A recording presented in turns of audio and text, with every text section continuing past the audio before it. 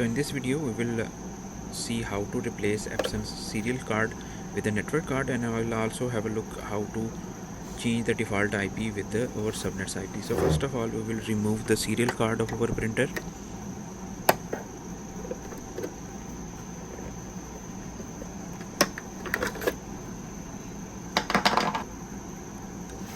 Now we will insert the network card.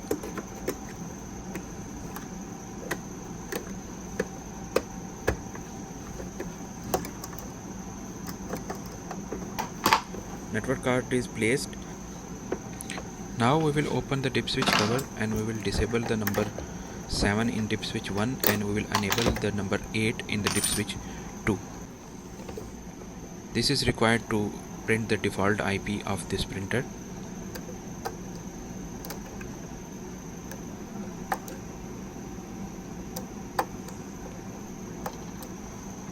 So now we will place the power cable on the back side of the printer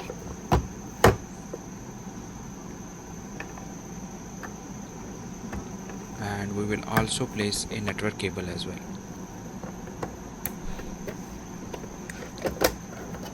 Now we will insert the paper roll to print the IP.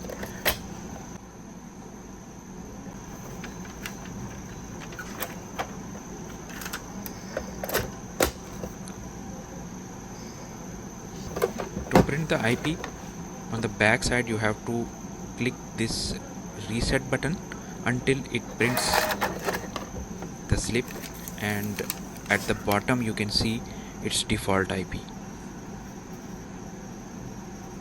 Now what we will do, we will assign the same class IP address to our computer's network card, and we will open the default IP in the web browser by username Epson and the password Epson. On the left side we will click the TCP IP, and here we will see its default IP. We will remove it and we can place the IP whatever you want, and also you have to put the gateway as well, and click send.